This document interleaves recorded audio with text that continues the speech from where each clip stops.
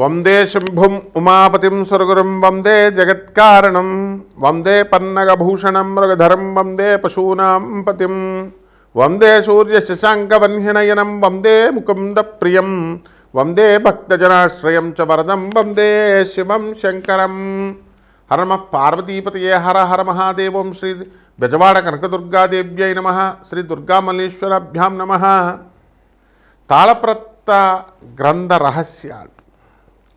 ఈ తాళపత్ర గ్రంథ రహస్యాలలో మనము అసలు ఎందుకు భూమి మీద పుట్టి మనం ఈ రాశిలోనే ఎందుకు పుట్టాం?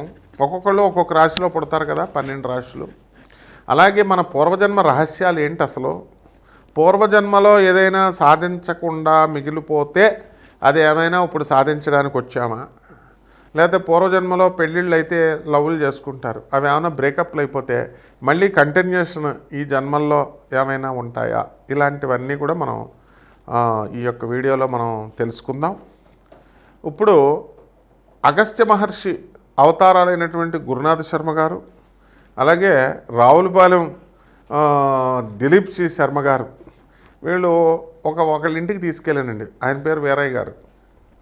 అయితే ఆ కుర్రాడు ఏదో గవర్నమెంట్ ఎగ్జామ్స్ కోసం రాసుకుంటూ ఉన్నాడు.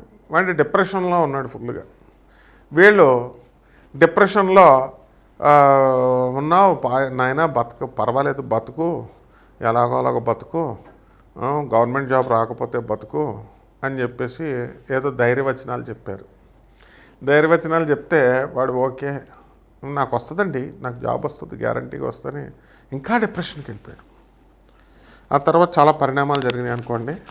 అయితే ఇవన్నీ ఏమిటి దీనివల్ల అంటే పూర్వజన్మ కనెక్షన్. ఇప్పుడు ఈ వ్యక్తులు ఇద్దరు కూడా ఆ కుర్రాడు వాళ్ళ ఇంటికి వెళ్ళడం ఏమిటి, వాళ్ళతో మాట్లాడడం ఏమిటి, ఇవి కూడా పూర్వజన్మ కనెక్షన్స్. అంటే కొంతమంది వ్యక్తుల వల్ల ప్రోత్సాహం అనేటటువంటిది లభించాలి. ఇప్పుడు ఈ యొక్క తాళపత్ర గ్రంథ రహస్యాల్లో మనకు క్లియర్గా కొన్ని ఇదివరకు వైదిక కోవేశ్వర్ అని చెప్పి ఉండేది మెడ్రాస్లో. అక్కడ ఈ యొక్క నాడీ జ్యోతిషాలయం మీద చెప్పేవారు. అవన్నీ బోగస్ అయిపోయినాయి అనుకోండి. ఇప్పుడు మీ పేర్లు అడగడము, లేకపోతే మొదటి అక్షరం అడగడం ఇలాగ అయిపోయింది. అలా కానీ అగస్త్య నాడి, శివనాడి అని ఉండేవన్నమాట. పూర్వజన్మల గురించి చెప్పేవారు. అలాగే మన జాతక చక్రంలో 12వ ఇంటిని బట్టి మనం పూర్వజన్మ అనేటటువంటిది మనం చెప్పచ్చు. అలాగే దీనికి శని, రాహువు, కేతు గ్రహాల వల్ల పూర్వజన్మ అనేటటువంటిది మనం చెప్పచ్చు. అవి ఉండేటటువంటి పొజిషన్స్ని బట్టి మనం చెప్పచ్చు అనమాట. ఇప్పుడు రాహువు పంచమంలో ఉండి మరి ఈ యొక్క రవి, బుధ, శుక్రులు మొత్తం వీళ్ళంతా కూడా మనకి లాభస్థితిగతులై ఉండి ఇలా కొన్ని సిగ్నల్స్ ఉంటాయి. వాటి వల్ల పంచమ రాహు ఏం చేస్తాడంటే విపరీతమైనటువంటి మొండితనం ఉంటుంది. డిప్రెషన్ విపరీతమైన డిప్రెషన్లోకి వెళ్ళిపోతారు. వాళ్ళకి మీరు ఎన్ని కోట్లు ఉన్నా సరే వాళ్ళు పూర్వజన్మ పాపం వల్ల ఏమవుతుందంటే ఈ జన్మలో మనశ్శాంతి ఉండదు. అందువల్ల వాళ్ళు భర్త దగ్గర ఉన్నా, పుట్టింట్లో ఉన్నా, ఎక్కడున్నా మనసంతా కూడా డిప్రెషన్కి గురవుతూ ఉంటుంది. ఇవన్నీ కూడా పూర్వజన్మ పాపాల కారణంగానే అన్నమాట.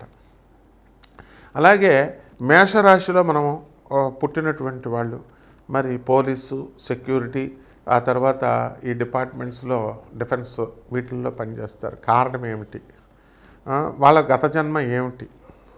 అలాగే దొంగలు ఉంటారు. దొంగలు, నక్సలైట్లు వీళ్ళు హత్య చేయబడతారు. రౌడీ షీటర్స్ ఉంటారు, వీళ్ళు వేరే వాళ్ళ చేతుల్లో చంపబడతారు. దానికి క్లియర్గా మనకు జాతకం చక్రం చూసినప్పుడు అర్థమైపోతుంది. మళ్ళీ నెక్స్ట్ జన్మ ఉందా, లేకపోతే ఈ యొక్క నెక్స్ట్ జన్మలో ప్రతి ఒక్కరికి జన్మలు ఉంటాయి. కాకపోతే ఆ గ్యాప్ ఉంటుంది. గాలి ధూళయ్యి చెట్ల మీద వాటి మీద వేలాడుతూ ఉండాలన్నమాట దెయ్యాలయ్యి. మరి ఈ రకంగా మనకి ఈ యొక్క గ్రహ స్థితిగతులను బట్టే మనం అంచనా వేయగలుగుతాం. కొంతమంది పెళ్ళి కాదు, వాళ్ళకి ఎవరితో రుణం లేదు కాబట్టి పెళ్ళి కాదు. పెళ్ళి కాకుండానే బ్రహ్మచారులు అయిపోయి చచ్చిపోతారు. చచ్చిపోతే తెల్ల జిల్లేడు చెట్టుకిచ్చి పెళ్లి చేసి ఆ తర్వాత అతని శవాన్ని కాలుస్తారు. ఇవన్నీ ఎందుకు అంటే తెల్ల జిల్లేడు చెట్టు కూడా అది శ్మశానాల్లో పెరుగుతుంది. జిల్లేడు చెట్లు ఇవన్నీ కూడా అవి కేతువుకు సంబంధించినటువంటివి అన్నమాట. కాబట్టి ఈ యొక్క మీడియా రంగంలో ఉన్నటువంటి వాళ్ళు కొంతమంది ఉంటారు పాపం. వాళ్ళకి ఏమంటే మాకు ఉద్యోగం రావట్లేదండి, ఎక్కడికి వెళ్ళినా సరే అంటారు. పూర్వజన్మ కర్మ. అలాగే ట్రాన్స్ఫర్స్, విదేశాల్లో ఉండేటటువంటి వాళ్ళు విదేశాల్లో ఉండే హ్యాపీగా ఉన్నా సరే వాళ్ళకి మనశ్శాంతి ఉండదు, పూర్వజన్మ కర్మ. ఈ విధంగా మొత్తం ఈ యొక్క పర్పస్ ఏంటంటే మనం పూర్వజన్మల్లో సాధించలేకపోయినటువంటి పనుల్ని ఈ జన్మలో మనం సాధించుకోవడానికి మళ్ళీ భగవంతుడిని కొంత టైం అడుగుతాము, ఆయన ఇస్తారన్నమాట. అందువలన మీరు కొంతమంది చూడండి, తల్లిదండ్రులకి గవర్నమెంట్ ఎంప్లాయీస్ అయి ఉంటారు, పిల్లలేమో వీళ్ళు పెద్దోళ్ళు అయిపోతారు. వీళ్ళు చూడాలని అనుకున్న పిల్లలు ఆ తల్లిదండ్రులు గవర్నమెంట్ ఎంప్లాయీస్ కావడం వల్ల వాళ్ళకి పెన్షన్ వస్తుంది, మేము రావని అంటారు. అంటే వీళ్ళ డబ్బు తినేటటువంటి యోగం వాళ్ళకి లేదు. వాళ్ళకే వస్తున్నప్పుడు ఈ పిల్లలే సరిగ్గా సెటిల్ అవ్వలేదు, ఎందుకులే అని చెప్పి వాళ్ళు ఇళ్ళకి వెళ్ళరు. ఇది కూడా పూర్వజన్మ దగ్గర రుణానుబంధం లేకపోతే ఇంకా అక్కడితో కట్ అయిపోతుంది అనమాట. తల్లిదండ్రులను చూసుకోలేదు, అయితే వాళ్ళకి అసంతృప్తి మిగిలిపోతుంది. అరే మా అమ్మ మా నాన్నని మేము చూడలేకపోయామని. దేవుడికి ఇంకో ఛాన్స్ ఇస్తాడు దేవుడిని అడిగితే. ఏంటి, నెక్స్ట్ జన్మలో తల్లిదండ్రులను చూసుకునే విధానంలో ఉంటారు. ఇవన్నీ కూడా ఎందుకు వస్తాయి అంటే పూర్వజన్మ కనెక్షన్స్. ఈ రోజు అనేటటువంటిది మనం గడిపాం. ఈరోజు పని అవ్వలేదు అనుకోండి, రేపు చేద్దాంలే అంటాం, రేపు ట్రై చేస్తాం, రేపు అవ్వకపోతే ఎల్లుండి ట్రై చేస్తాం. ఒక సినిమా మ్యూజిక్ డైరెక్టర్గా అవ్వాలనుకునేటటువంటి వాడు 60 సంవత్సరాల నుంచి ట్రై చేస్తూనే ఉంటాడు, ముసలోడు అయిపోతాడు, అయినా సరే సినిమా తీయాలి, ఏమైనా మ్యూజిక్ డైరెక్ట్ చేయాలి అని చెప్పేసి అలా ప్రయత్నిస్తాడు. అలా చాలామంది సినిమా వాళ్ళు అవ్వనియండి, ఒక ఐఏఎస్ ఆఫీసర్ అవ్వాలనుకునేటటువంటి వాడు తెగ ప్రయత్నిస్తూ ఉంటాడు. ఒక 10 సార్లు రాస్తాడు అనుకుందాం, అయినా సరే రాలేదు. 10 సార్లు రిజర్వేషన్లు ఉంటే రాయొచ్చులే, వికలాంగులు అవి ఇవి ఉండి. మరి ఎన్నిసార్లు పోనీ 4-5 సార్లు ట్రై చేస్తారు, చేసి అవ్వకపోతే వాళ్ళు ఏం చేస్తారు, నెక్స్ట్ జన్మలో అవుతారు, ఆ వాసనలతో పుడతారనమాట. అయితే ఏ రాశి వాళ్ళు ఎలా గుర్తించాలి, మనం ఎందుకు పుట్టాము అనేటటువంటిది ద్వాదశ రాశుల వారికి ఈ 2026 సంవత్సరంలో మనం ఎలా తెలుసుకోగలుగుతాము అనేటటువంటిది నేను విడదీసి మీకు ఈ వీడియోలో ఒక్కొక్క రాశి వారికి చూద్దాం. మిథున రాశి. ఈ మిథున రాశి వారికి అందరికీ కూడా మనం బటర్ఫ్లైస్ అని అంటూ ఉంటాము. స్థిరమైనటువంటి అభిప్రాయాలు ఉండవు, వీళ్ళకి చంచలత్వం ఉంటుంది. ఇది కేవలం పూర్వజన్మ కర్మల వలన చంచలత్వం వస్తుంది. వీళ్ళంతా కూడా బ్యూటీషియన్స్గా లేకపోతే జిమ్స్కి వెళ్తూ ఉంటారు. ఒక సినిమాల్లో ఒక యవ్వనంగా ఉండాలని తెగ ప్రయత్నిస్తూ ఉంటారు వీళ్ళు. అయితే ఆ యవ్వనంగా ఉండాలి అనేటటువంటి ప్రయత్నంలో దానికి సంబంధించినటువంటి వృత్తుల్లో ఉద్యోగాలు చేసేవారు వీళ్ళు. ఒక సినిమా యాక్టర్స్గా ఒక విలాసవంతమైనటువంటి జీవితము ఇవన్నీ గడపాలి అని అనుకున్నారు. కానీ అవి ఎవరికి కొంతమందికే తీరుతాయి. కాబట్టి మన పూర్వజన్మ కర్మల వల్ల తీరినటువంటి వాళ్ళు ఏంటంటే గ్రేట్ డిప్రెషన్లోకి వెళ్ళిపోతారు. అయితే వీళ్ళు ఏదైనా సరే కనుక పుణ్యం కనుక చేసుకున్నట్లయితే అటువంటి వాళ్ళకి కాస్త ఏమవుతుందంటే ఇది జరుగుతుంది. ఏంటి, డిప్రెషన్ నుంచి బయటపడడానికి ఎవరో ఒకళ్ళు ఎంకరేజ్ చేసేటటువంటి వాళ్ళు మనకి దొరుకుతారనమాట. ఈ విధంగా ఈ యొక్క రాశి వారికి అందరికీ కూడా మిథున రాశి వారికి లాస్ట్ ఇయర్తో మనం పోల్చుకుంటే కనుక ఈ యొక్క సంవత్సరంలో మనకి ఈ ఆదాయాలు బాగా పెరుగుతాయి. ఆదాయాలు పెరిగి మనకి సాధించడం అనేటటువంటిది జరుగుతుంది. వీళ్ళంతా కూడా ఖర్చు తక్కువ ఉంటుంది. ఈ సంవత్సరంలో 2026లో ఆదాయాలు బాగా పెరుగుతాయి. విదేశాలకు వెళ్ళాలనేటటువంటి ఆలోచనతో వీళ్ళు ఉండడం అనేటటువంటివి జరుగుతాయి. ఆ విదేశాల్లో వాళ్ళ సోదరులు వీళ్ళు కూడా ఉండడము, అయితే వీళ్ళు ఆస్తి పంపకాల వల్ల వీళ్ళు కాస్త దెబ్బతినడము ఇలాంటివన్నీ జరుగుతాయి అన్నమాట. ఈ మిథున రాశి వారికి ఎలా ఉంటుందంటే, ఇప్పుడు ఈ సినిమా యాక్టర్స్గా షూటింగుల్లో కూర్చుంటారు. చాలామంది కూర్చున్నప్పుడు కెమెరాలు పేలిపోయో లేకపోతే లైట్లు పేలిపోయో ఆ తర్వాత ఆ చుట్టూ ఉన్నటువంటి స్క్రీన్ కాలిపోయో ఏదో ఒక విధమైనటువంటి భయం అనేటటువంటిది వాళ్ళ మనసుల్లో ఉండిపోతుంది.